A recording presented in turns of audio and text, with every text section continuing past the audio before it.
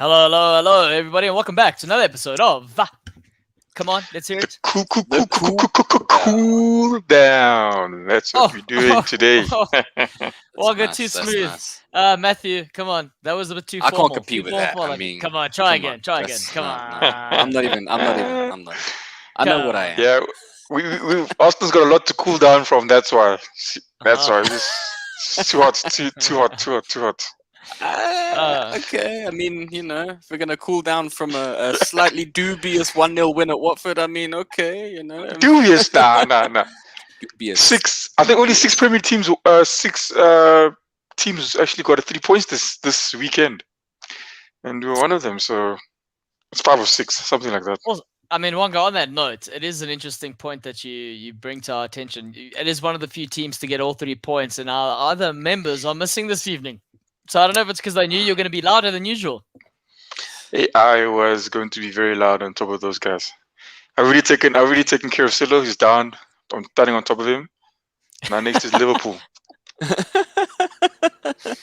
Oh, you're getting loud. You're getting loud, Wonga. Good evening, Louis. Thank you for joining us this evening. No, but Wonga, listen, the next game, you're lucky there's an international break. I mean, you did mention the fact that you were hoping it would have been this weekend, but Liverpool have some time, arguably, to regroup, even though the players aren't going to be around. But Matt, from a Spurs perspective, I mean, Conte's come in. He makes his long-awaited Premier League debut. I mean, awaited in terms of a week. It's the span of a couple of 3 days because he was there for the Europa. But, I mean, he is there. I mean, not smiling as much as Wonga, but still smiling nonetheless, no? Yeah, look, I think you're never going to fix what was going on wrong at Spurs overnight. There were some positive signs that also showcase what's still to be done. I think we're still not creating enough chances. There were still no shots from open play, or no shots on target whatsoever, which I think is worrying. Lo Celso did hit the post, which was nice, but overall it wasn't definitely not a fantastic performance. He acknowledged as much after the game. That said, there was a lot more intensity. There was a lot more solidity at the back. I think the switch to a 3 at the back was a good one. That I think if that system is kind of bedded down, it does. There's positive signs. I mean, look, we weren't going to talk too much about the game. It was generally like the feeling, Matt. That's all I was going for. This is the introduction after all. The feeling. What is the feeling that he left you with? The feeling. Was it a good feeling? The feeling was good. It's positive signs. Long way to go. Early on in the season. There we go. Wonga, is that more aligned to the feeling? I think so. No? Yeah. I think so. I mean, we know where Wonga is. All I'm saying is we know where Wonga's feeling is up here. He's feeling. Yeah. He doesn't hide it. Yeah. So we're down there. We're not all the way down there. We're not where we were. We're there's an ambivalence, but a quiet optimism about it. Okay, quiet optimism. We'll take that. We'll take that. Gentlemen, I don't know. Before we continue, for those of you who are watching and you haven't subscribed or liked yet, please do the right thing. Also, if you want to join our Discord channel and talk to us, we are there. And you can have one-on-one conversations. Forget about WhatsApp. That's for the things. That's for dinosaurs. Matt will tell you. Dinosaurs use WhatsApp. We're on Discord now, so join us there. And now that I've got the formalities out the way, we might as well talk about the first game. A lot of games, as you guys mentioned, were unpredictable this weekend, but one that wasn't very unpredictable, and Louis is here, so we might as well kick it off. The Man United Man City. I mean, training ground game for Man City. Wonga Dinga, you want to open up with this one? The bit I did watch with that, I was, even before the match, I mean, you think that the way Man United have been playing, you'd expect. I don't think anyone was surprised by the result. I watched the game. I mean, I'm not. Man City did exactly what we needed them to do for our sake. But Man United have got they got big problems there. I don't know what's happening with that team. They look, it's not the Man United we know of old. And I think also maybe it's far gone. The same way with Arsenal as well. That you can't get back to that what they were before. You need a Sir Alex, But you always wonder with the players they have, how are they not performing better as a team? Honestly, they look like they don't want to win. I think it's the same problem that I had with my Arsenal team, and I was always complaining about. When I watch Man United, the only quality. Just so we know, I know we're talking about the United game, but just based on that point, so you don't have any more problems from an Arsenal perspective. That's what I'm gathering. Am I right, Matt? Is that also what you're hearing? I heard that admission of incredible fickleness, but we can we'll address that next time there's a downturn in Arsenal's fortunes. Yeah. Okay. Yeah, look, that for me was the only thing, like I said, in Arsenal. But in Man United, that's what I seen there. And also when I heard, I think it's also funny as well that you're getting Solskjaer and now his ex-teammates, Neville, Roy Keane. I think you're always going to get something like that from Keane as well. But they out there and they just slating everything he's doing, as if I'm just going to paraphrase it, but they basically it's stupidity what they're saying that Solskjaer is doing. But yeah, I mean they're not happy. Keane, But based on the Neville, fickleness, sorry, Wonga, the fickleness that Matthew touches on. I mean, Rio Ferdinand was singing the man's praises. Give the guy a contract. Now he's Yes. saying no, he has to go out. I'd run the club better than he would. I'm like, these are also full of shit and just saying things Yeah. so they can get views. I'm telling you, they clickbait. Rio Ferdinand's just Yeah. trying to grow his own YouTube channel. That's what he's about. Yeah. I think you're right in that sense, Claudio, because the stuff they're saying is, if I listen to Gary Neville with the stuff he's saying, I think it's very come from his heart. But Rio Ferdinand, yeah, clickbait, man. But it's funny how I also laugh at the fact that Neville is not really sympathizing with the guy in a way because he went the same route. And I think, funny enough, I can't remember who Barcelona played, but they beat a team 8-2, and he called it disgraceful. He went and he coached. I think it was Valencia. No, it was Valencia. And he got slapped the same amount, so he would know the difficulties of the job. But he has been defending Ole. so- He's been the one pundit, still defending him. And I think it's reached that point. But also, how stupid do we all sound? We come here 1 week, the team wins. We're like, oh, it's amazing. Next week, they lose, and it's time to go. It just shows you. But I mean, from the timing perspective, Matt, I don't know if you want to comment. I mean, Murray's saying, again, the Harry M thing. Are we looking at this £80 million spent on Harry Maguire, the fridge, like Louis would say? Is this we always say it. We always say it. And Settle gets defensive. An absolute waste of money on that player. Yeah. £80 million. Yeah, I think the challenge that you've got with someone like Maguire is his fitness. I don't think is still back. I think they brought him back too soon, and that's made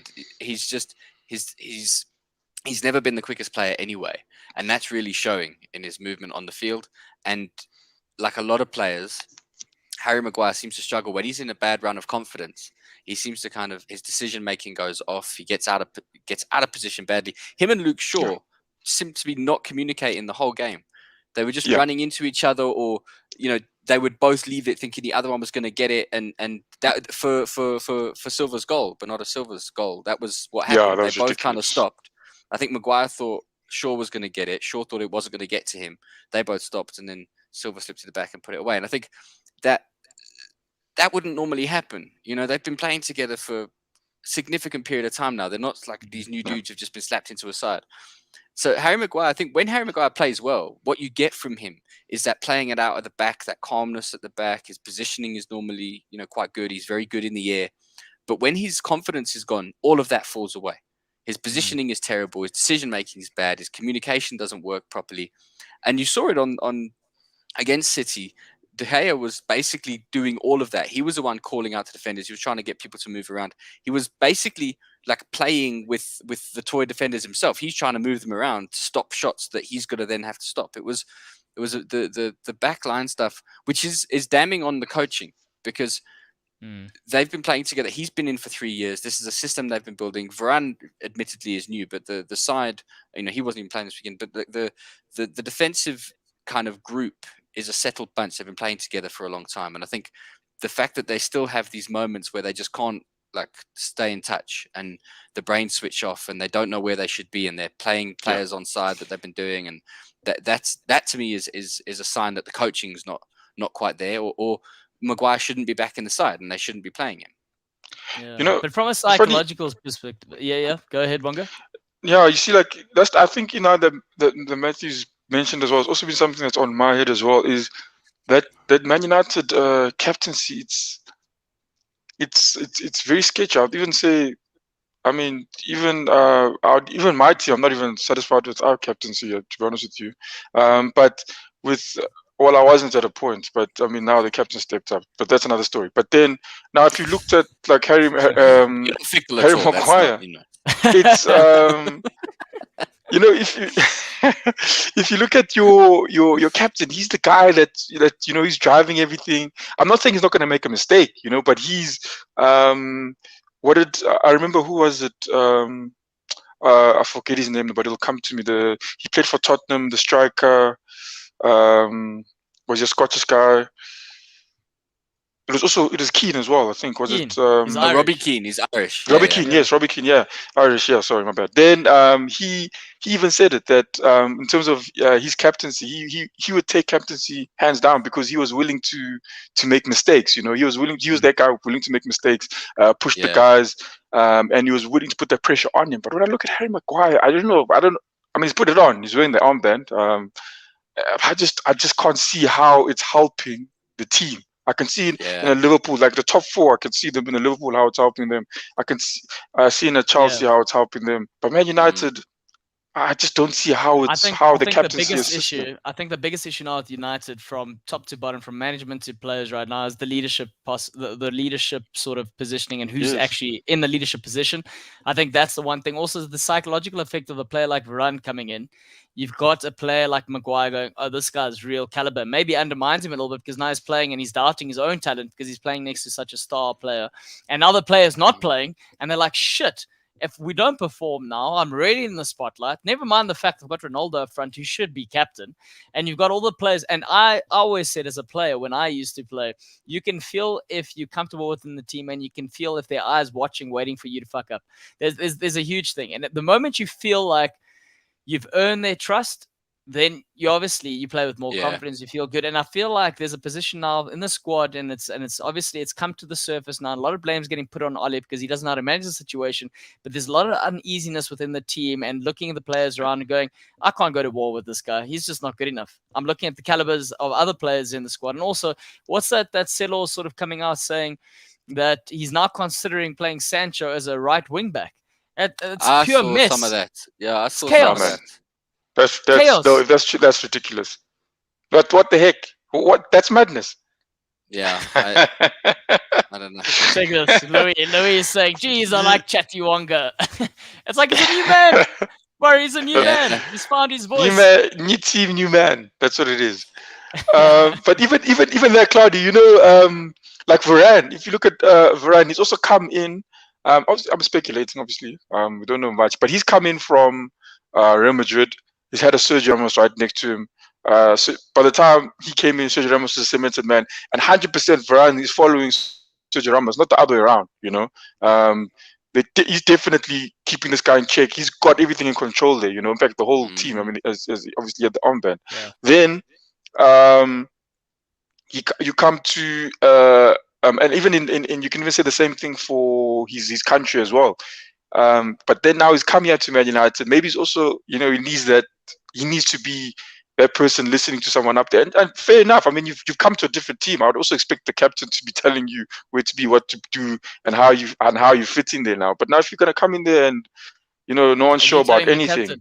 But you're telling the captain, hey man, you know what? That first touch, work on that thing, Baba. You must get better, or else. But yeah, I think it's not good. I think that I mean, there's a lot of talk about it. There seems to be a challenge in the dressing room at United, and 100%. I think part of the challenge with that is that normally when you've got a dressing room kind of situation, you want your captain to be the one to try and calm it down, put a lid on it, deal with the stuff, and you get the sense that Maguire doesn't seem like the kind of character who'd have that legitimacy to walk in the dressing room. You think of United captains of the past. Roy Keane would walk in. He wouldn't care if it's Ronaldo and Messi in there. He'll go in there and he'll tell you what's what because he's the captain and that's the character he is.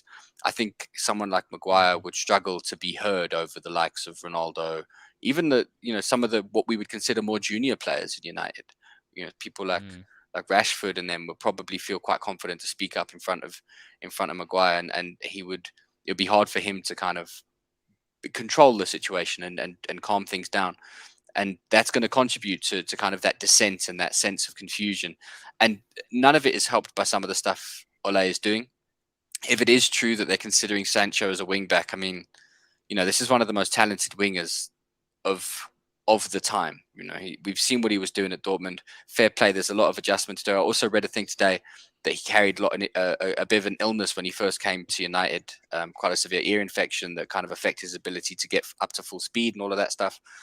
Fair enough, but still, the way to fix that is not. I mean, why are you going to have him competing with Wan-Bissaka for that right wing back position? Doesn't make sense. Fair play. Wan-Bissaka has had a couple of shaky games. He's still an incredibly incredibly talented wing back. Why would you mess that up by bringing someone in who's not in that position? See, I don't see. This is the thing. I think the issue, and this is where United find themselves. And look, we need to wrap up on the United thing because we do need to touch one, two things from a Man City perspective. But from the Wan-Bissaka scenario, they spent £50 million on this player. And he's a solid right back. He's a defensive right back. In my opinion, one of the best defenders you get in the league. Defender. One-on-one, I don't think there's anyone better. And you know what? And this is a Liverpool fan saying this, so people might be saying I'm smoking my socks here. But in terms of one-on-one defender, I haven't seen someone that good. Now you're asking him to try and change and improve. And this is the problem with United. They're buying players that aren't built for what they're trying. And also, they don't even know what they're doing. That's the other thing on top of all of that. Yeah, there is no vision. There is no system. Yeah, I agree. But enough about United. Enough about them. Man City's perspective, obviously 3 points now from Chelsea. Cancelo really doing the business there. They look like they had issues at left back with Mendy getting, the allegations he's been going under and everything else. Also chipping in with the goal. Yeah, what do we think from the Man City thing? It's one of those sides that we just tend to assume they're just going to keep going on, even though they drop points here and there. Yeah, they build up a head of steam and then they go. We saw it last season. We've seen it the season before that. Even when they didn't win the league, when Liverpool won the league, City were there. They were consistently getting the points, getting the wins. They also just have. You look at some of the individual performances, and I'm always impressed every time I watch City, because I don't watch City every week. Every time I do, I'm reminded just how talented Kyle Walker is as well. You know, I think we forget it. We kind of take it for granted because he's in City's side or whatever. But you look at what he does defensively and going forward. He's actually a really solid right back. He does some incredible work, and he's in the right position all the time. He makes some absolutely incisive runs. There was a few moments where he pulled defenders out of position because he would just make diagonal runs basically towards the penalty spot from the right wing back position, and defenders wouldn't know what to do. They'd move, and it creates the space. And something City do really well is create space where there is none. There was that one moment, I've seen it repeated on Twitter a few times, replayed the video, where Ronaldo got forward and then he passed into a space where someone should have been making a run, and instead of there being any United players, there was 4 City players suddenly moved into that place, into the space where he'd expected a teammate to be. They took the ball, they turned it over, and they were all over United. And it's just things like that. They just know where to be. Their positional awareness, their understanding of their system, and they do it consistently every single time. The runs they make are always so like. You know, the space that Foden was finding on the wing there was a few long diagonal balls to him, and finding him in yards and yards of space. You just think at some point, someone in United should have said, we should be marking him better. We should, if he's going to move out into that space, someone go with him. Like there should be someone on the bench. And I'm not an experienced footballer. And even I could look at that and say, just follow him. Just you follow him. Why is he always open? Yeah, I agree with that. Yeah. Yep. Sorry, no, I was freezing on my side. I was just checking to see if I was all good. No. But I mean, valid points. And also, what's interesting is it doesn't even feel like like you said, they haven't even hit full steam yet, and this was like a practice game for them, and they're 3 points off the top of the league leaders at the moment. So there's still a lot more to come there, and they're still playing without a striker. Question regarding Sterling, though, is this his last? Are they? Yeah, I don't know. Gabriel Jesus was on the field, and we keep saying they're playing without a striker. What is he? Tap in Merchant. That's funny, though. Tap in Merchant, no? He's a tap in Merchant. Yeah, he's a striker. But Merchant, you still have to be a striker. You could say he's going to be doing that job. I agree with that. You could call him. Yeah, he's a striker. I remember they started him out as the wing. It was playing at the wing at some point. But the fact is, they can't play without him. That's the truth. They play a fluid front line. They don't have, but he is a striker. In the same way that ostensibly on paper Firmino's a striker. Yeah. I hear what you said. So I think Firmino scores more than Jesus. No. I but think I so. mean, fair play. He gets a lot more game time, you know. Yeah.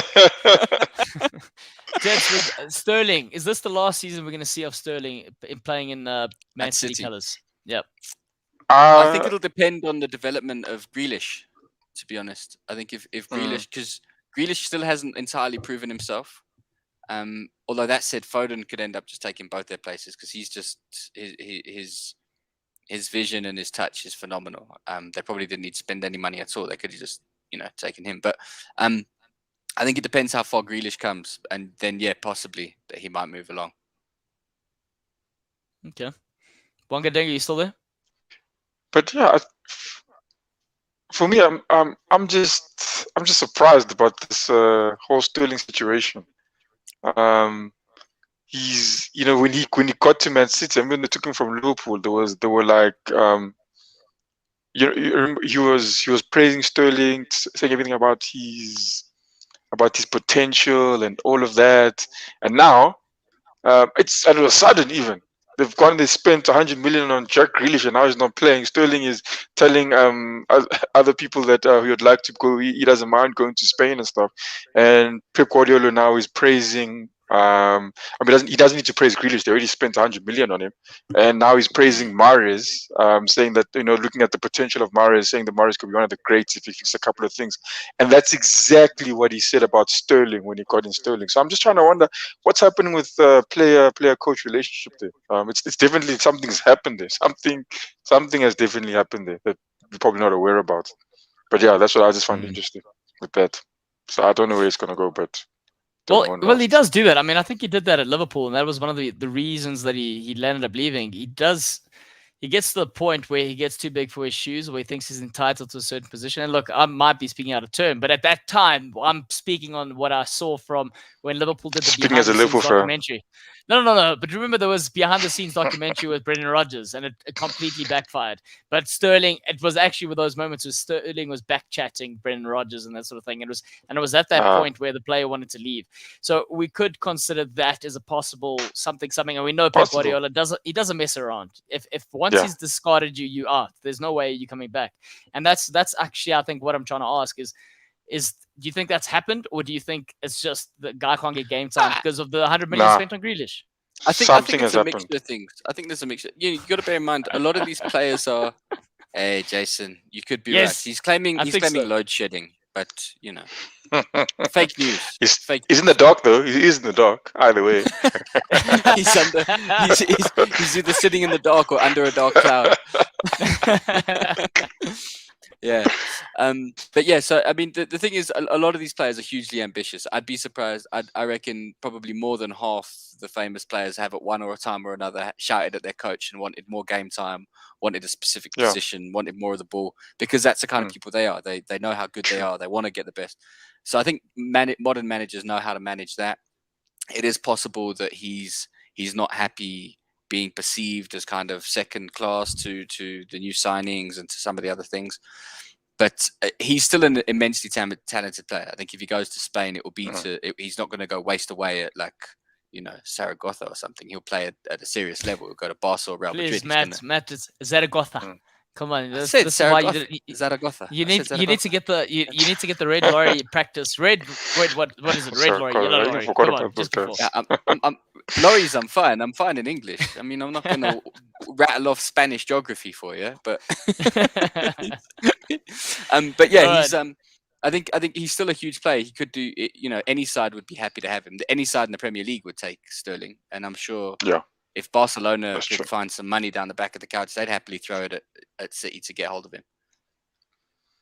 I agree. Fair point. But we're going to move from the fact where we got a player that was 75 million pounds spent on Sancho, was in the England squad, obviously not in the England squad anymore, and we've got another player on Arsenal's books he's found his feet. He's scoring. I think it's three games in a row, if I'm not mistaken, there, Wonga, and now he's just been called up to England. So again, feels are good at the moment in Arsenal. It's not just you, Wonga. It's your young player Smith Rowe as well. Yeah. I mean, look. I think everyone who watched him the first time, I mean, the first couple of games he played for Arsenal, I think the one key thing is that the way he's been playing has been consistent. What's consistent about him is his work rate. He's not that hasn't died out any game he's played. Even if when we got hammered, hey, he's flying, Jason. I've sellotapped myself to the chair here, bro. Otherwise, I'll be floating. Floating, yeah. but nah, I mean Smith Rowe he's been immense, and it's I've always just wanted what Smith Rowe's doing to flow through the team, and you can see I don't know if that's the case, but Aubameyang now started to push. Like I said, starting to push. You can see this, and this is when you can see that okay, this is now the guys want to win, and now the fans, as a fan, you're backing something, But like Man United, what they're feeling now, I've been there, so I can identify what it looks like. When you are supporting a team that doesn't even want to play or doesn't even look like they want to win, it's a very difficult thing to do. But yeah, good for him. I think he deserves it 100%. Yeah, it's not going to be easy to break into that England squad, but I think he can definitely help out there. And he's still young. He's got a long. I mean, hopefully he has a very long career like some of the guys in that England squad. But yeah, I think he could be immense long term for that team. So yeah, good. And do you think Dean Smith would probably still have a job at Villa had he made that move? Smith Rowe made that move.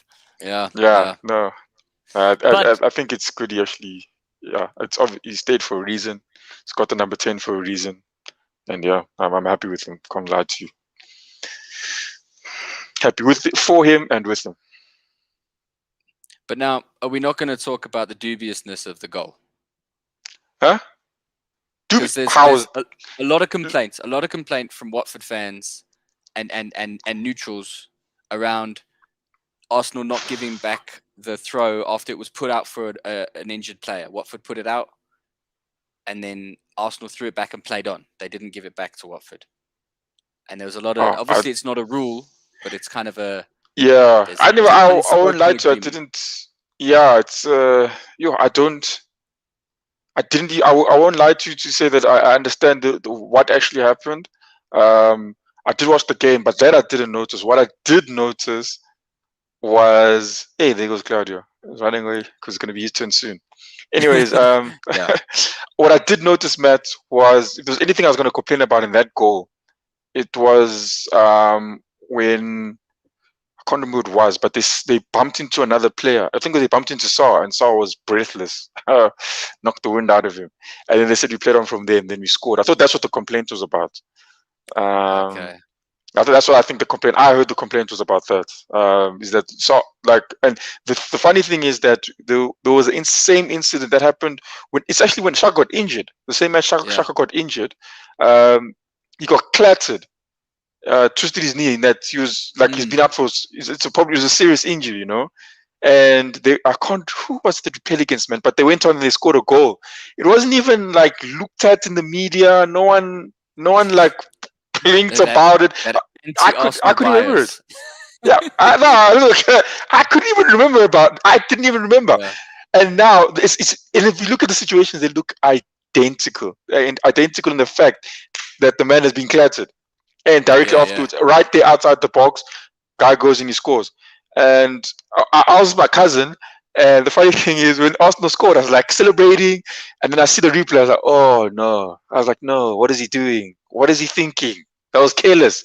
And they allowed the goal, and I was like, nothing I could do about that. I think on balance, Arsenal deserved the win. I mean, you had the penalty saved, which was great for Foster, oldest player in the Premier League. How many people? Yeah. He's older than me. I'm not saving penalties in the Premier League. And you guys had your chances. You had another goal disallowed. So I think on balance, it was fair enough for Arsenal to win. But I do know there were some question marks around ungentlemanly conduct around that throw-in again. But I never saw that one. The same thing could be said for Watford. Watford saw that they were playing on. They should have just gotten involved. They kind of stayed asleep. They allowed too much space, and they wanted to cry foul afterwards when it's not really a rule. Giving the ball back is not actually and a law of. If you look at it, and Claudio Ranello, I saw he was he was complaining about it as well. But I mean, even he's. Yeah. I don't know if you saw your player. I don't know if he's just something against Arsenal because playing for Tottenham. But he gave like I said, a legit wrestling move. Oh, the Rose. Yes, the- yes. The penalty was yeah.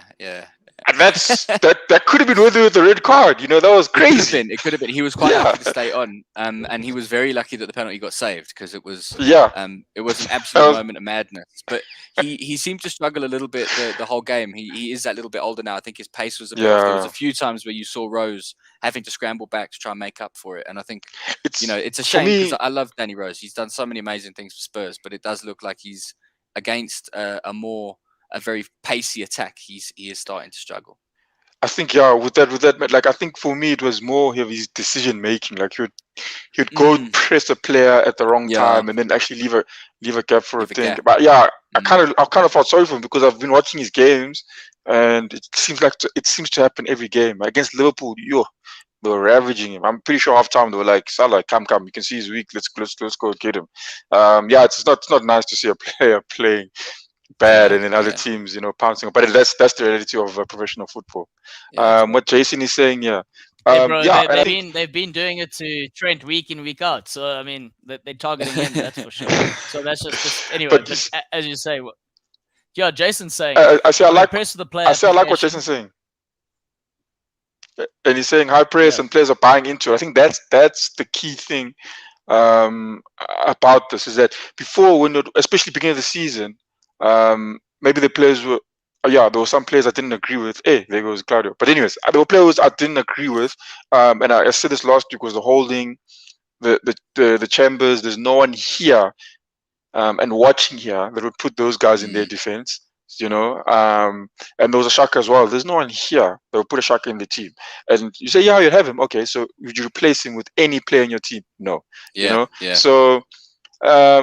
But yes, those players weren't playing well. But there was that thing, and I kept on complaining about it, is that doesn't look like people are trying to do what if there was any plan. It doesn't look like anyone's trying to follow any plan. There was no, like you can see that there's a high press. You can actually see it. Yeah. But before you didn't see that. You just saw players lazing around, waiting. Especially when Saka's on the field. Oh my goodness, I hated it. The ball moving side to side. Oh my goodness me. Lukonga is literally every time he gets the ball, you can see he's trying to go forward, passing balls forward. Like that, and the way that changes the shape of the game. I think Arsenal is like you guys have got such good examples of that because when Xhaka sits quietly and he passes it sideways and all of the movement comes from the wings, you end up seeing that the opposition knows they don't need to worry about the center, so then their defense they can kind of worry about the wings, and it leaves that blank space that's not getting filled. With Lukonga pushing forward, it changes the shape. So Watford were constantly having to think about 3 directions of attack, and that's where Rose was making those mistakes because he'd move in towards the center to try and follow the ball, he'd get dragged out wide by the running player, and then he'd end up making mistakes. And the simple fact of having him on the field makes such a huge difference. I think you guys, they're looking really good. The test with Arsenal. And it's, this fair play. This is a run of form you guys haven't had probably under Arteta's reign. I don't think you've played this well.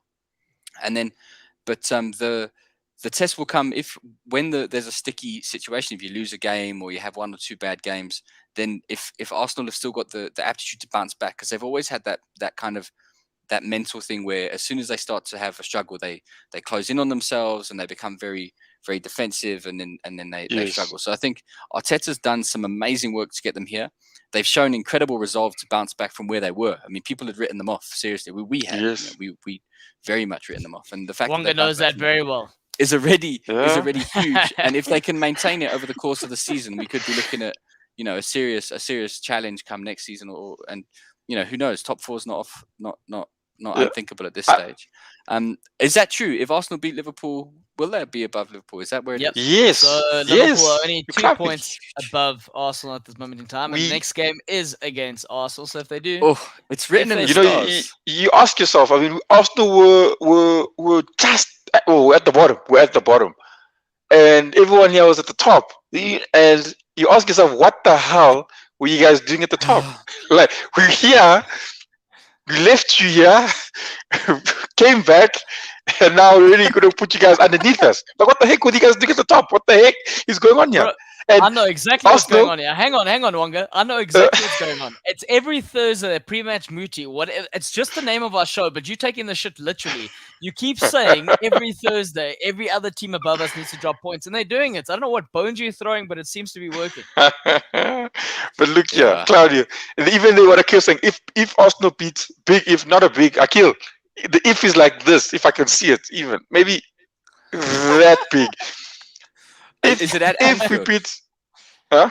Is it at I Anfield actually don't know where it is. or the I Emirates? don't know where it I'll is. tell you now. I'll tell you guys now. I think it is at Anfield. Hold on. But Yeah, it is at Anfield. even I don't know. even in I that don't know. sense, at Anfield will be difficult. I'm not gonna lie, but think about it. Arsenal's not the same before. Oh my goodness me! You've seen the way Arsenal were playing. Liverpool players were probably like, "We're gonna feast on them." Now Arsenal's playing. It's a different team now. And Arsenal, when Arsenal was playing well with like Mesut Ozil and them, Liverpool struggled against Arsenal, and we want that spacing behind. Liverpool love giving that spacing behind. Virgil van Yeah, Dijk, well, points not on that. I 100% at the mean, moment. look at Fornals. Fornals on Sunday was enjoying that space Yeah. in behind. That Yes. was the Yeah, difference. that was. But remember, we spoke about this last season with Liverpool, and I don't know if we're going to talk about the Liverpool game yet. We'll get into it, but we did speak about Liverpool last season being a bit complacent with their defense, and they seem to they do this high press, they do this gegen press, but then they forget that comes with a big responsibility at the back to Yes. manage that space, because you do create a lot of space, and if you're going to allow runners in behind and you're not going to kind of take the responsibility for going with them and stuff, you're creating a lot of headaches for yourself. But what I've seen, Matt, especially like this weekend with the Liverpool team. I just want to correct. What is this? What is the scoreline, Claudio? What was you guys lost? Yes, I remember. Is he playing games? Are you listening? Did you see how he lined that one up? Yeah. Oh Look, yes, so- you guys lost. What was the score?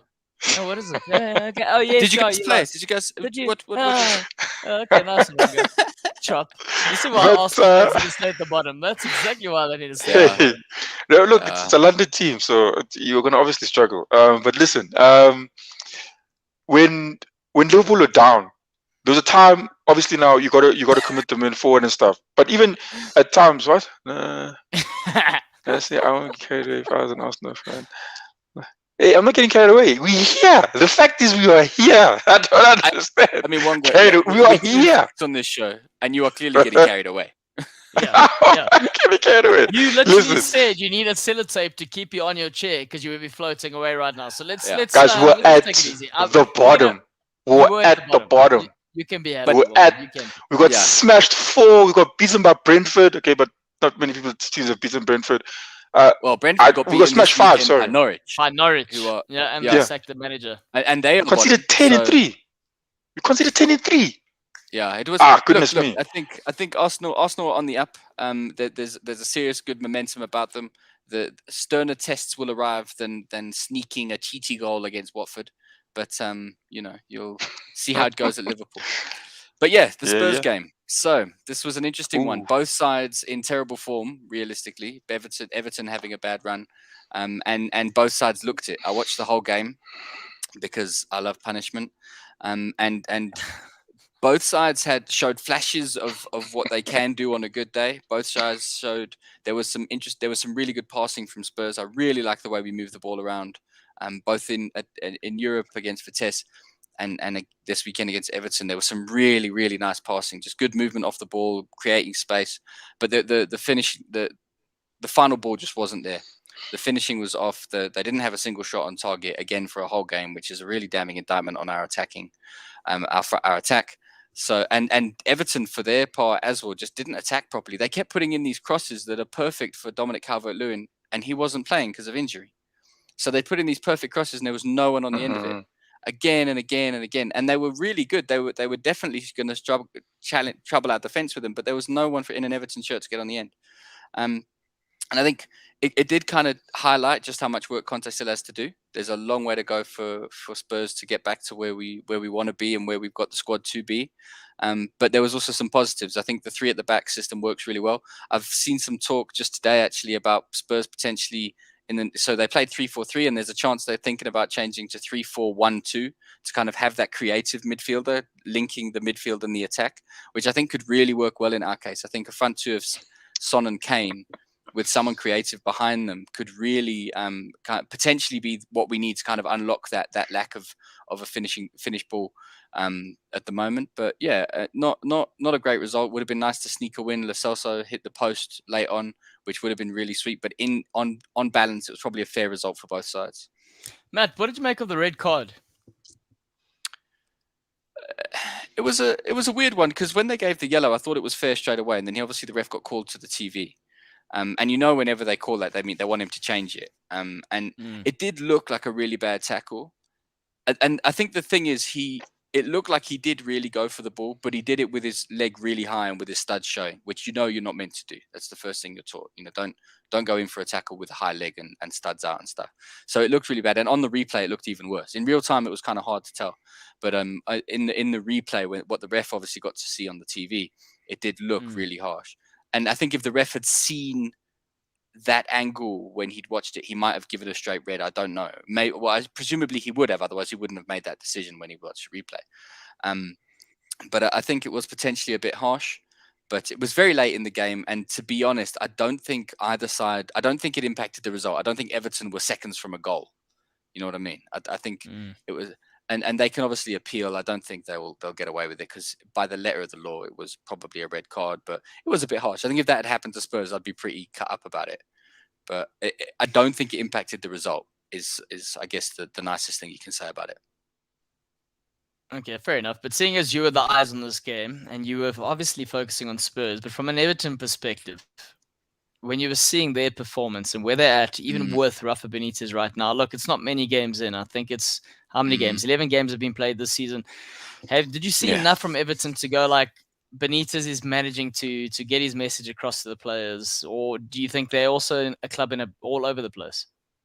Yeah, I don't know. I see that it's a tough one with Everton, because they haven't. It's not like they, when Spurs were complaining about Mourinho and complaining about Nuno, they were remembering Poch, where we got so close to actually winning the league. We finished second, we finished third. We had a Champions League final.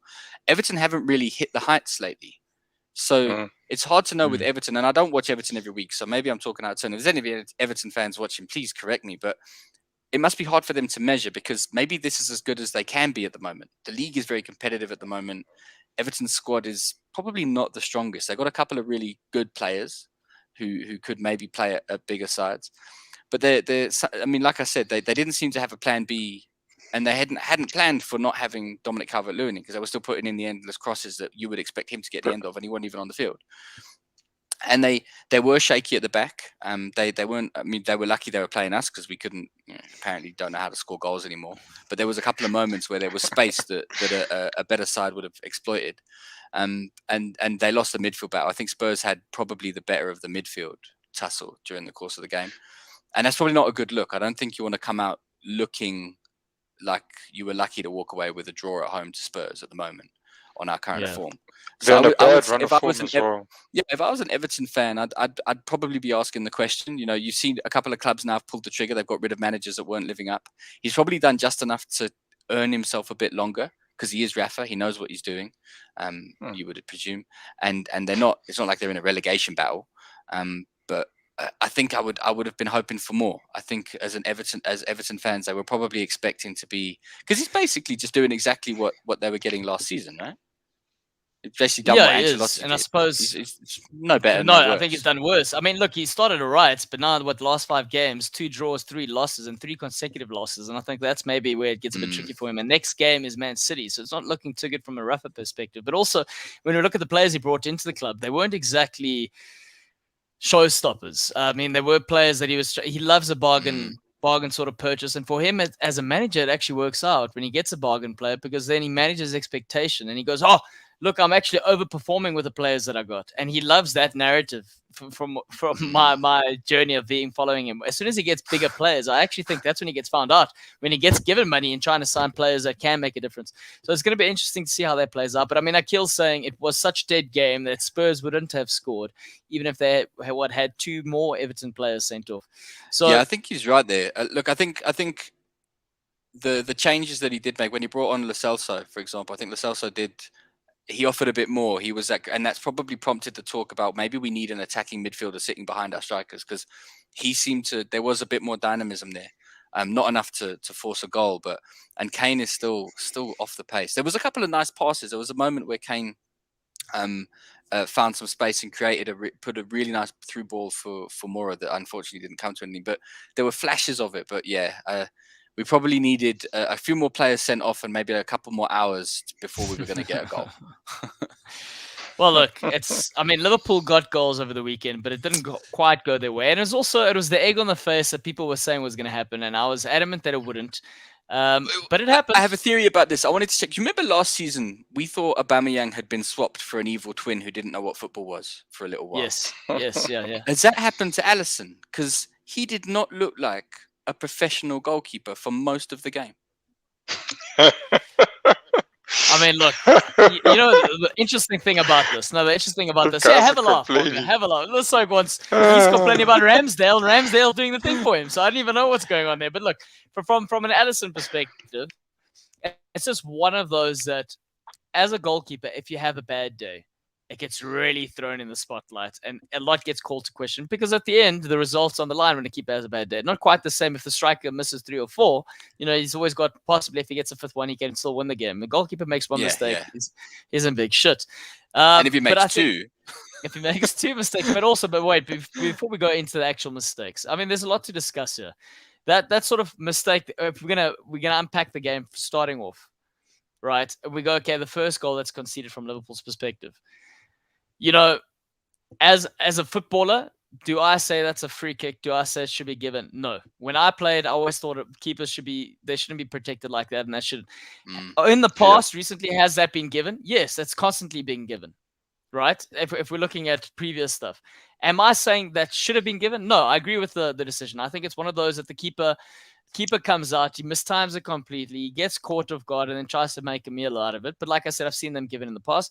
Fine. But that goal in the beginning does kind of change the mood a little bit. I have not seen a West Ham crowd or the Olympic Stadium get behind a team like they did that day. They have been quiet for years on end, and suddenly the mood in the club's different. It's a different atmosphere. David Moyes had a different look on his face. He normally looks like Courage the Cowardly Dog. Now he looked like some bull ready to take on Klopp with his horns. It was a different sort of He seems to be aging backwards. He's getting younger. There's something in the water at the London Benjamin Stadium. Button. He's the funny thing with that goal, I don't know, even Klopp I know Klopp was complaining about it a lot. But you see, like, I can understand maybe because he's the manager, but like he claims that. Well, look, if you're a manager, you're going to say that's a foul. That is definitely a foul. If you're a manager of any team, if you're a manager, Matt, if you're a manager and that happens to your keeper, you're going to say that's a foul. But Claudio, I hear what you're saying, but he says literally the guy held. He said the guy held Alisson. And my goodness me, that's clutching at straws, holding. Like when Arsenal played Brentford, they were holding the keeper. That was holding, but he's just gone past the guy.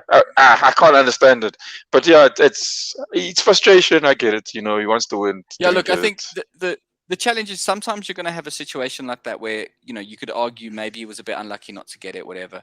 Normally, the Liverpool of the past would have shaken that off and gotten themselves back to business.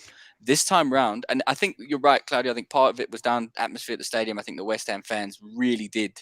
They took it up a notch. They got behind the team. They were all up for it, but it seemed to rattle Liverpool. They were not quite themselves. Look, to say they were rattled, I think this is, Akil's bringing something to light, and I'll get to this point. And he says Liverpool midfield were getting overrun continuously, and if not for Van Dijk, could have been 5 or 6. And I'm going to get to that point now, but I just want to start off. They concede very early on, 3 minutes in. The crowd gets behind them. Liverpool try to get a foothold into it. Then that tackle comes in, that Cresswell tackle. Now, whatever we're going to make out of it, we're going to go into this tackle. Yeah, we're going to go into this tackle, but that tackle happened, and the crowd get behind the team even more. Because that's, as a home fan, you want to see that. You want to see your players. Wonga, you've been saying you want to quality players trying, and that kind of changes. Yes. But at the same time, if you're looking at the game right before that, an Everton player gets sent off for something not too dissimilar, and in this case, he goes for the ball quite aggressively, unnecessarily so, you could argue. He goes over the ball, hits the player, the trailing leg takes the player out. So now, if that's gone back to VAR and it's still not given a red card, it's also a possible game changer. It doesn't get given. Fine, doesn't get given. A lot of guys are saying that's a red card. I think it's very few saying it isn't a red card. Whatever, irrelevant. Liverpool get their foothold back in the game. They get the goal back in the game. Halftime comes. For whatever reason, second half starts. This midfield, and as you spoke about it earlier, Matt, you know, that space, or Wongo, you spoke about Ozil drifting in behind, the space in behind. 4-0 on the day, you could argue was the difference. But the midfield, the difference was you have a West Ham side that are playing the same 11. That's the same 11 players. They know what they're doing. They've been playing week in, week out. Liverpool's side has been, changing the midfield. We've had the injuries. There's been a lot of changes. Chamberlain's in, he's out. He's in, he's out. And again, my biggest frustration, you're not going to wait for this. Wait, Wonga, you got to listen to this one. This result doesn't happen if Gini van Halden is on the park. That is all I'm saying. You're not the first Liverpool fan who said that I've heard. And they were Gini the man. Well, it's also it's that space that was being created was the kind of stuff he used to nip off, He would be the one who'd track the runner and that kind of thing. I think it's a valid point. They never did replace him. You've spoken about it more than once. Yeah, well, I mean, Thiago came on. Thiago came on second half. Within the first 30 seconds, I shit you not, he gave the ball away 6 times. Within 30 seconds, he did it. And my biggest frustration with Thiago, and he did this afterwards.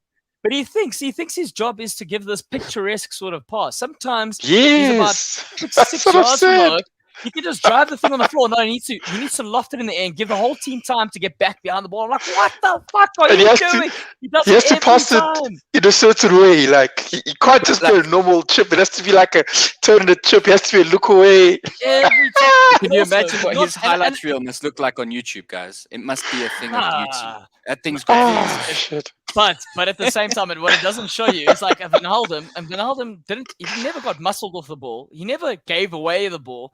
And he came on, he gave the ball away, I think 6 or 7 times. Look, I'm targeting Thiago now. This is just my personal frustration that I have with the man. But he comes on, he also gets nicked off the ball. I'm like, that shit just doesn't happen if you got a Gini there. But apart from that, cool. Trent also forgets that he's a defender. And this, if anyone asks why it's not in the England squad, when you've got a full England 11 of right backs, the reason Trent doesn't play is because he doesn't track back ever. And even when he should track back or read the game slightly different, he doesn't. And that's where Van Halden was beneficial for him.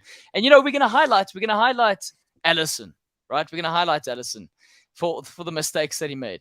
But the expectation is, and you could argue that he's such a good keeper that when they are zonal marking, no one even attempts to go for the ball because they all look at Alisson going, oh, he'll get that.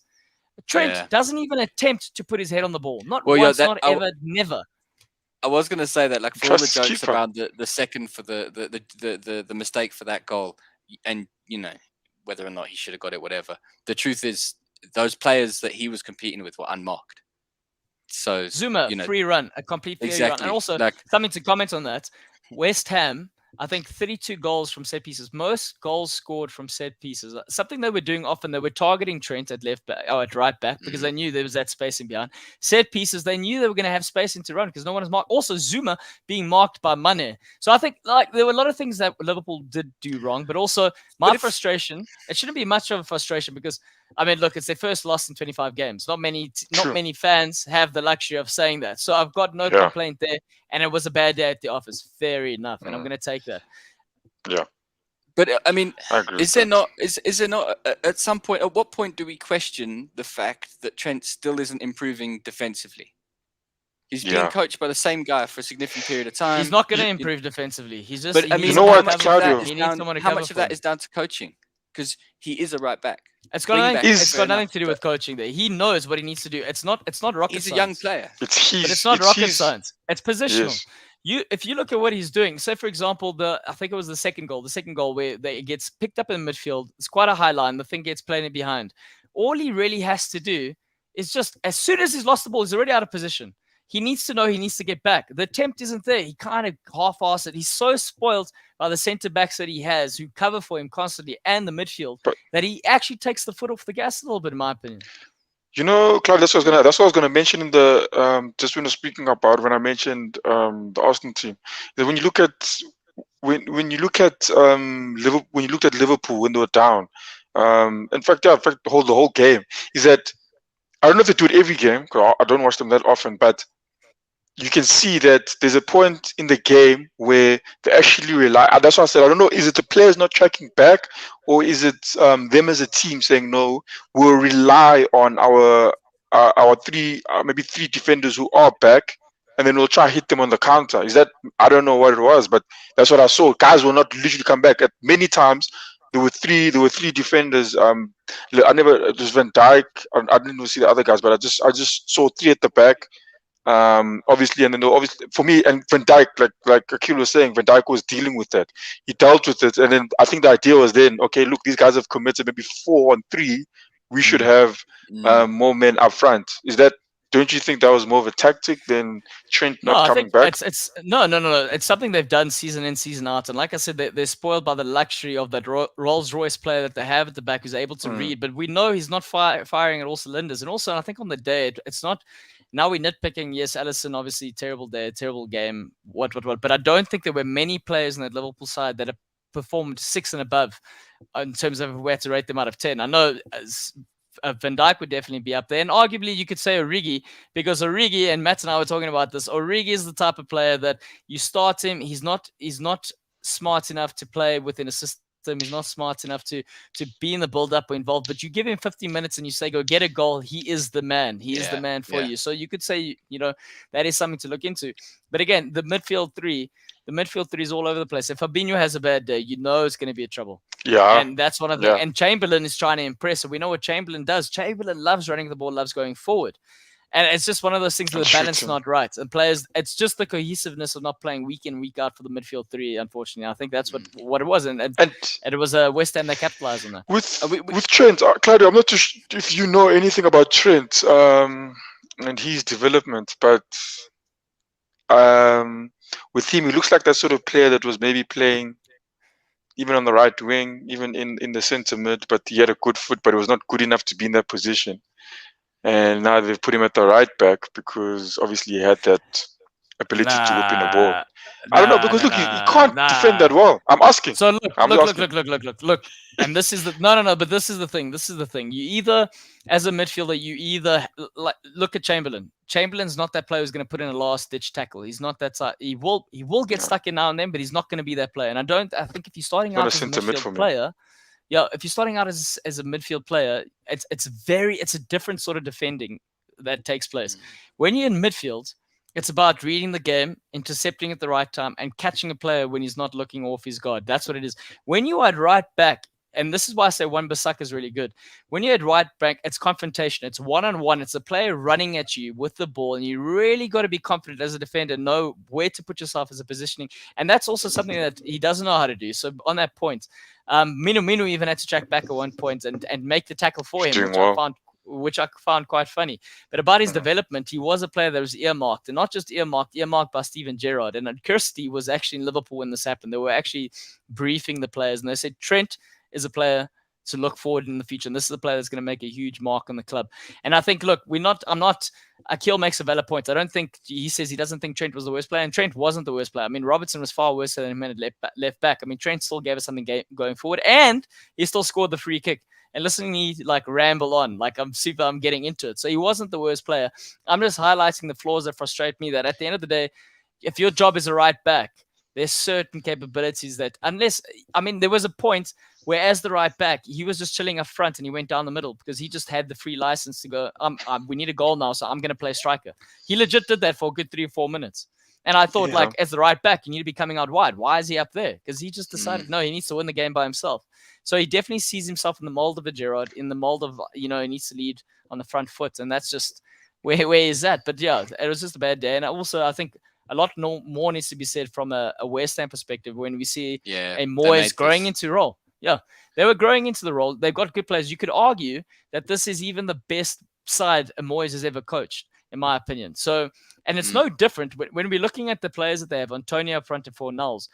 That combination was no different to a Cahill and a Fellaini. Difference being that these players are a lot more agile and possibly better technique on the ball. So he's played his 4-4-2, his 4-5-1 when they're defending 4-4-2. So he's doing exactly what David Moyes did. And he's got players that are buying into it. And Declan Rice, might I add, Man United need a player like Declan Rice because he could be the Fabinho to Man United if they manage to get this Declan Rice would walk into basically any side except maybe Man City, because Man City are kind of stacked for quality holding midfielders. Hey, look at that dude! Look at that! Look who it is! No, it must stay. Ole out! Ole out! We had a good chat about United, Selo. You need to rewind. But the Declan Rice sort of thing, I think what impressed. Look, obviously he's an English player, so whatever he does, it's going to be overinflated. He's doing a lot of the good work. He's doing a lot of the good work next to Souček. But I will say what I like about Declan Rice is the leadership that he has, that he possesses. He's calm. He reads the game super well. What I love even more than all of that is the simpleness he has to the game. He makes the simple decision that he makes it look easy. He gives the right pass, and it's not an extravagant pass, but he keeps the ball ticking, and he makes a good tackle. Yeah, and his positioning is always good. He never looks like he had to bust a gut to get to where he was. He seems to know where the game's going to go. He's in the right place at the right time. And then, as you said, he deals with it simply. Once he's got the ball, he knows where his teammates are. He puts the ball in the right place, and he gets things ticking over again. He is an absolutely huge talent. I think West Ham are really onto a winner there. He also seems to have a fantastic attitude, just in the way he's approaching the game. In kind of, he's not the sort of player he's not getting in people's faces or trying to be something he's not. He's doing his job. He's doing it really, really well. But he seems to be maintaining a certain level of humility and stuff about it. I think the combinations they've got across the field at West Ham at the moment. You mentioned Fornals and Antonio, but Rice and Souček.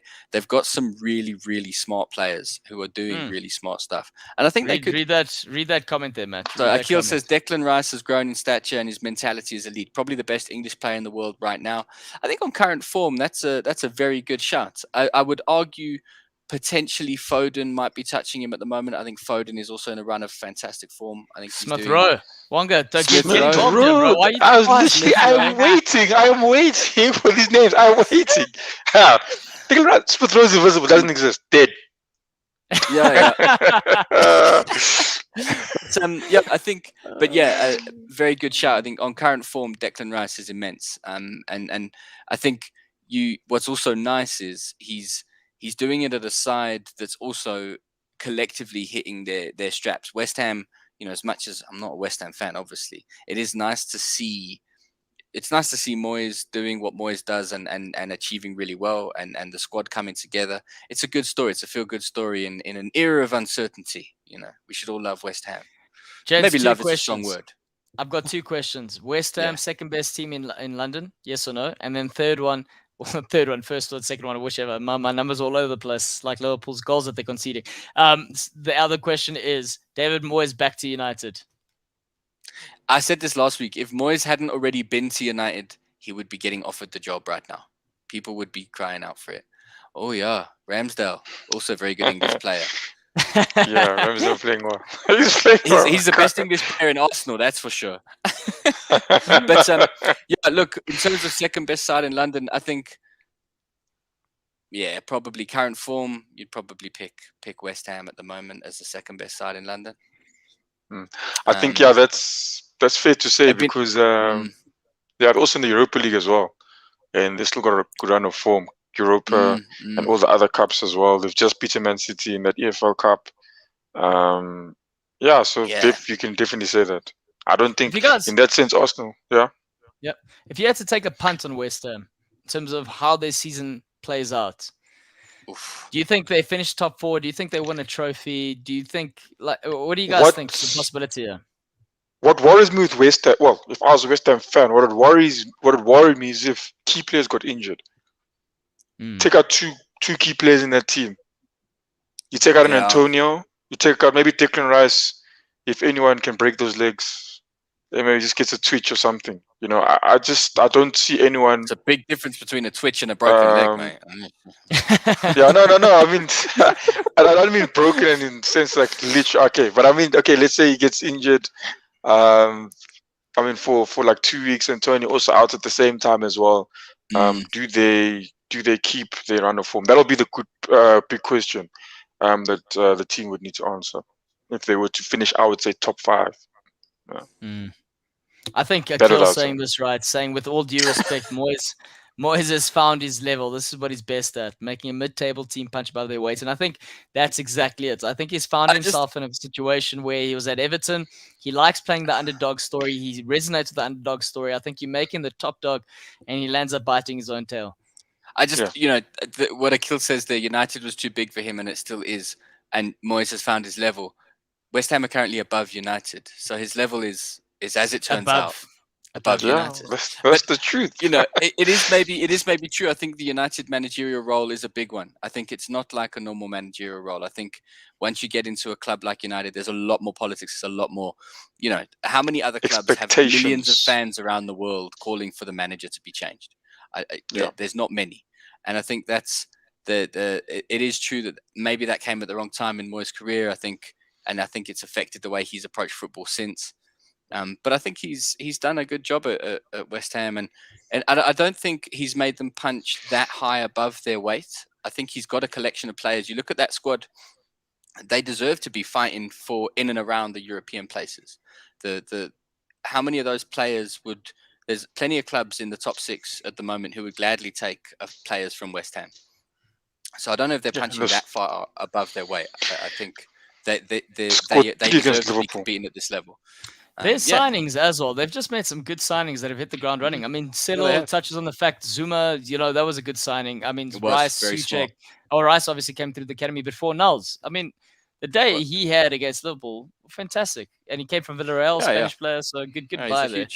But they've got a good squad. They're a good, interesting team. I think in Liverpool's sense as well, I think what's probably would be worrying to them now is they're probably better than last season, but they're still conceding. I think to them, they're conceding too much. At this point in the season, I think they're conceding too much.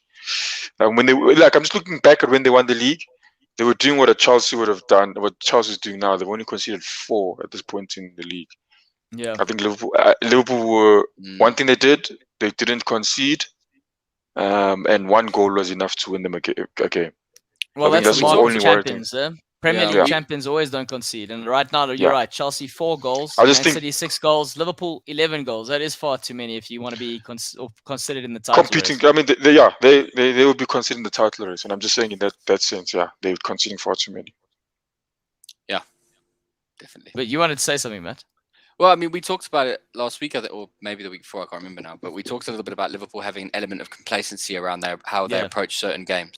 And I think some of that is kind of made real when you see them not running back. They kind of, there is a sense of, it'll turn out all right. We've got this. We've done this before.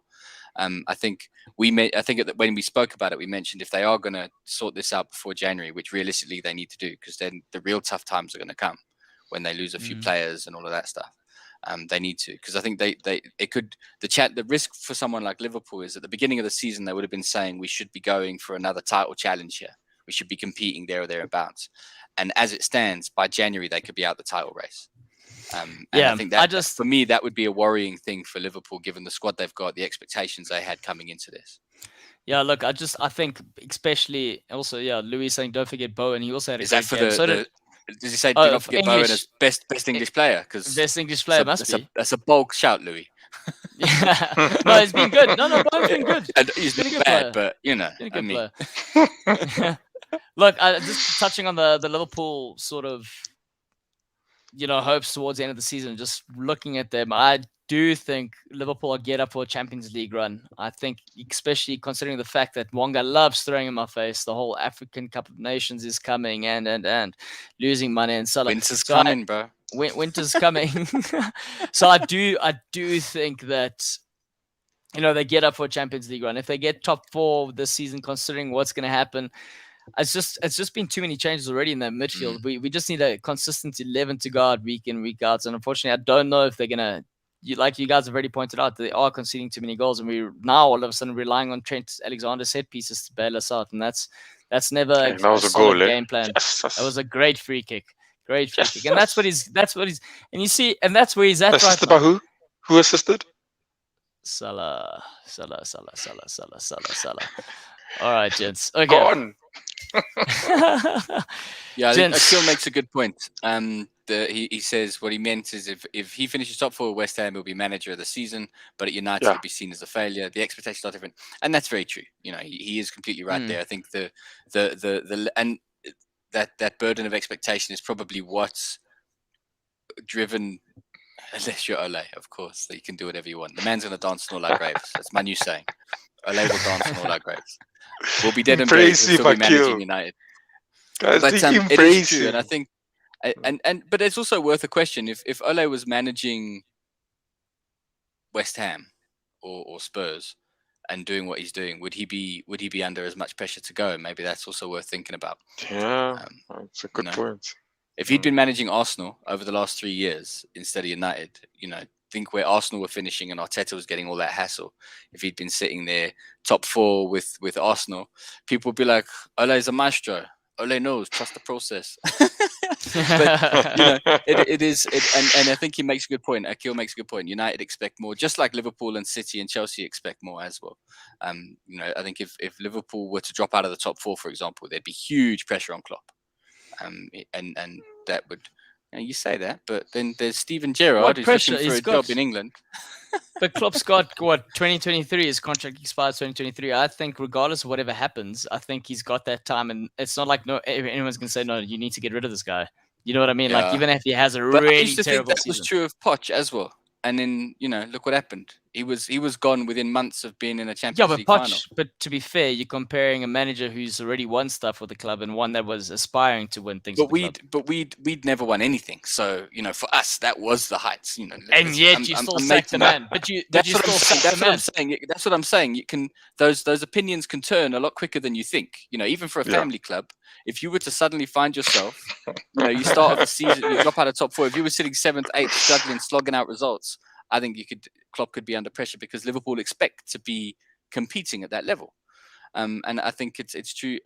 Like Akil was saying, is true of United. I think that's also true of Liverpool. I think it's also true of City and But hang on. Yeah, the United thing, the expectation has remained because of what was done, and they failed to. Liverpool as fans, we've been through a roller coaster ride. We've always said next season's our season, and we haven't realistically always been there. So Klopp has now created the expectation where we are there as a club. We're finally there in and about. So that's what I'm saying. That's the difference. We weren't there before, and now we are kind of there in that same sort of bracket. Whereas before, we were technically always outside looking in. Big club, like not nowhere near to Newcastle sort of relegation battle, big club sort of vibes, but we were there, like getting in top 4 would have been a good position, whereas it's not quite the same now, obviously. That's what I'm saying. He's allowed the affordance if there's a look, which I'm won't not be. saying I'm not saying he doesn't have some goodwill. He's got a lot of goodwill in the bank, but if you guys were to drop to 8th and like be struggling for results and much like Chelsea getting rid of Frank Lampard, he was a club legend. He wasn't at any other club. What he was doing wouldn't be considered abject failure, but at Chelsea it wasn't good enough. And then they replaced him, and now look at what they've got as a result. I think the elite clubs expect more from their managers, except for United. They're a complete. Apparently, if it's United and Ole, then they get to. But this is also interesting, and Akil always brings the great comments here, saying Klopp has a lot more credit at the bank. To your point, Matt, he says Klopp won't be sacked unless he loses the dressing room, which is sort of starting to happen under Poch. And this is the thing, in Ole, he's lost the dressing room a long time ago. So it's like, well, there's no confirmation that he's lost the dressing room. There's been a lot of rumors, and there's been body language people, because apparently body language expert is a real thing. There we go. I'm saying that looking at the body language of players and saying. The Arsenal are going to go above Spurs next, mate. I mean, no, I think what league are you watching here? Yeah, Justin. I think Arsenal are above Spurs currently. Yeah, I am. Good way above. But I think he's in your corner, Wonga. So give him some credit. Thank you. Welcome to the show, Justin. Thank you. Gents, that pretty much wraps up the show. We're gonna come to the final thoughts here. I know we were meant to speak of Eddie Howe officially being appointed, but we do know our tune man isn't here. Yeah, let's For save good it for reason. Nick. We'll save it for Nick. So final Mhm. thoughts, Wonga and Matt, and then let's have it. Yeah, look, I mean, I saw Kill say comment there saying that we over the moon and what. No, I mean, look, the fact is we were written off. You know, it would be different if people were saying, "Yeah, I know we'll come back," but they wrote us off after the Brentford, the Man City, then the Chelsea. They wrote us off. You know, Arteta's job was being questioned. It was quite. I mean, pretty much in the same thing as Ole. But we here. We fifth, and we are what six? I think we're 6 points away from Chelsea. I think that's a good for me. That's a good place to be in, considering where we started. And that was what 3 months ago. So I'm not over the moon, but I'd say I'm very happy with where we are at the moment. Punching above our weight, no. I think we are doing. I mean, we're not playing in the Champions League. We're not playing in Europa. We've just got the league. So yeah, I don't think we're punching above our weight. I think we're just doing exactly what is expected of our team. Again, I'm still just so happy to see Wonga happy. Like this version of him, you know, the world deserves this. The internet needs this, and you know, nature's healing. Here we are. And I think that's valid because I mean he's been. I couldn't understand. I was like, maybe he just doesn't have the knack for being put in front of the camera the whole time. No, man, the oak was literally just feeling the heat in the kitchen. That's what it was. There, Wonga. And it's, yeah, like to But now, Matt's point, when Arsenal go back into a bad run of form, we're going to remember this version of you. And even when Arsenal are eventually relegated and you have to leave the show and go join a championship channel instead, we'll still remember this moment that we had with you, and it'll be special to us. So thank you. Look, we're meant to have the final thoughts, but here is a nice little bomb that Akil's dropped, and we haven't actually spoken about this, so it's probably a good thing to touch on, saying, you know, Gerrard being linked with the Villa job. I think it's a good shot. I think, why not? If I were him, why not take it? Yeah, I think I read a bit about it today, and you know, there's on the one hand, he's kind of in a slightly safer role, you could call it now. Yeah, Rangers are and maybe it's better for him to stay there and keep building a reputation, although they're not having as good a season as they had last season at Rangers. But Villa's a huge role. It's a big club. They do have a fairly decent squad. You'd expect them to be doing better than they are, and maybe it would be a good time for him to move down. I don't know. I think Villa could do a lot worse than appointing Gerrard.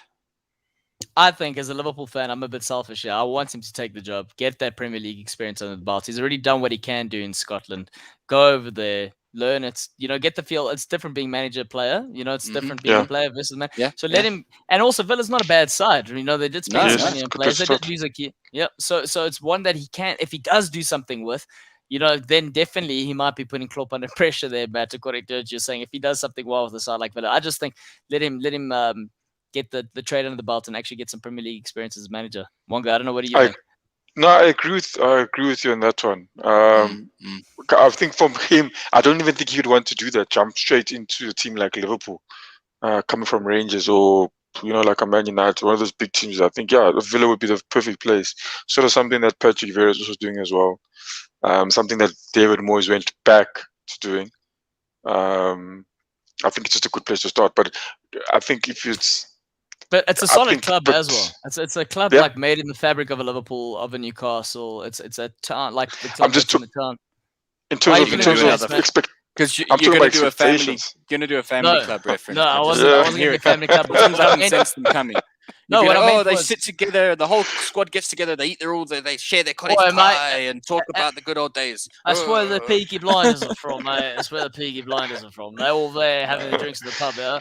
No, but what I mean is, it's the same. It's the same mold as a Liverpool, Manchester. It's the working class sort of people. Something that Gerrard can resonate as a person from that sort of area, and something I think he could get the public to buy, or the crowd to buy into. Yeah. Look, I don't think any club in the Premier League would be sad to have someone like Gerrard at the club. I think he's not just a legendary player. He's proven that he's got a bit of tactical nous, and that at the Rangers, he won the league there. You know, he's no slouch as a manager. Convincingly, I think he'd have a good impact on the side. I think they need some fresh ideas and something to shake them up. and they do have solid players there. It wouldn't be this poison chalice where he'd go there and just sink with them. I think on current squad standings, it would probably be better for Gerrard to go somewhere like Villa than Newcastle, because Newcastle, although there's a lot of untapped potential going forward in the next sort of 18 months, there's a lot of uncertainty, and the squad they've got is far from world beating. Whereas at Villa, you've got the solid bones. They've got an amazing academy there. They've also got a really good first team squad at the moment. They've got some really interesting players. So I think if it does happen, it could be really cool. Yeah. I think he's a good manager. I think he'd do well if it did happen. I think he would. Yeah. I think he'd do well any team he goes to be honest with you. That's the truth. I think if you went to United, despite you'd sink them on purpose. expectations.